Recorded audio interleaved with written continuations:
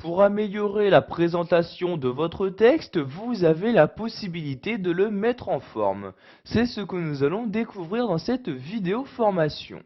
Donc avant de pouvoir mettre en forme un mot, une ligne ou encore un paragraphe, vous devez sélectionner donc la partie à mettre en forme.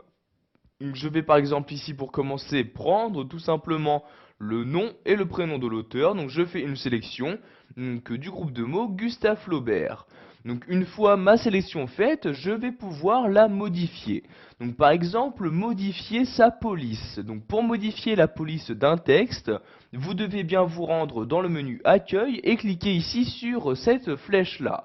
Donc apparaît maintenant dans ce menu toutes les polices disponibles sous Word 2010.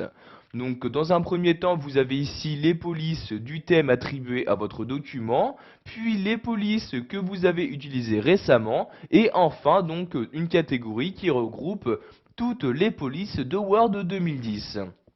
Comme vous le voir, quand vous laissez votre curseur de souris sur une des polices, vous avez automatiquement l'aperçu qui apparaît directement sur la sélection que vous avez effectuée.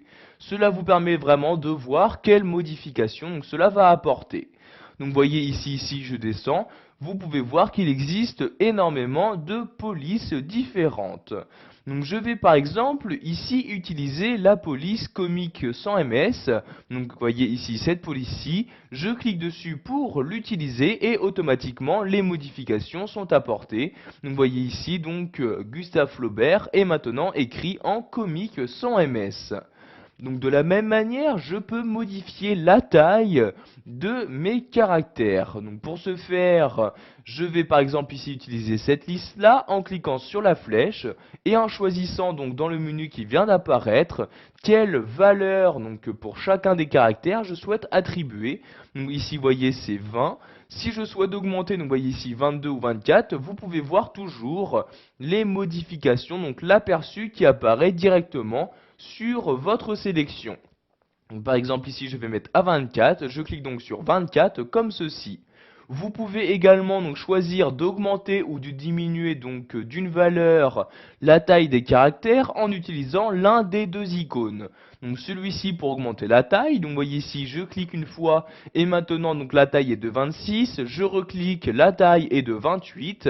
A l'inverse, donc si je souhaite diminuer la taille de police, je clique ici sur ce bouton là, je suis maintenant à 26, je reclique, je retourne à 24, etc.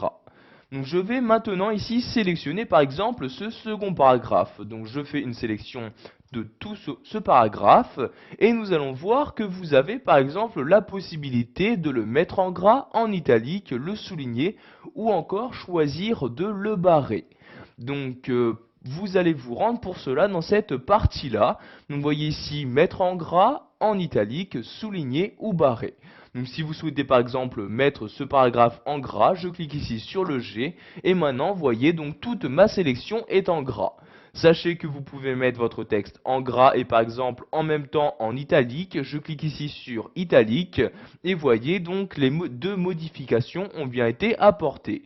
Si je souhaite maintenant enlever le gras de ce texte, je reclique sur le G pour désactiver le gras et voyez par exemple ici, ma sélection n'est plus qu'en italique. Donc je vais maintenant ici sélectionner donc ce premier paragraphe de cette manière. Si vous souhaitez le souligner, donc vous allez tout d'abord ici cliquer sur la flèche et choisir dans ce menu quel trait de soulignement vous souhaitez utiliser. Donc vous voyez soit un trait donc fin et continu, soit un double trait, un trait un peu plus épais ou différents traits donc discontinus. Donc par exemple, je vais utiliser ce type de trait, je clique donc dessus et voyez donc que le soulignement apparaît bien donc en utilisant le type de trait que je voulais. Pour finir, donc si vous souhaitez barrer un mot, donc par exemple ici donc le mot beau, je le sélectionne, je clique sur ce bouton là et voyez donc que ma sélection est maintenant barrée.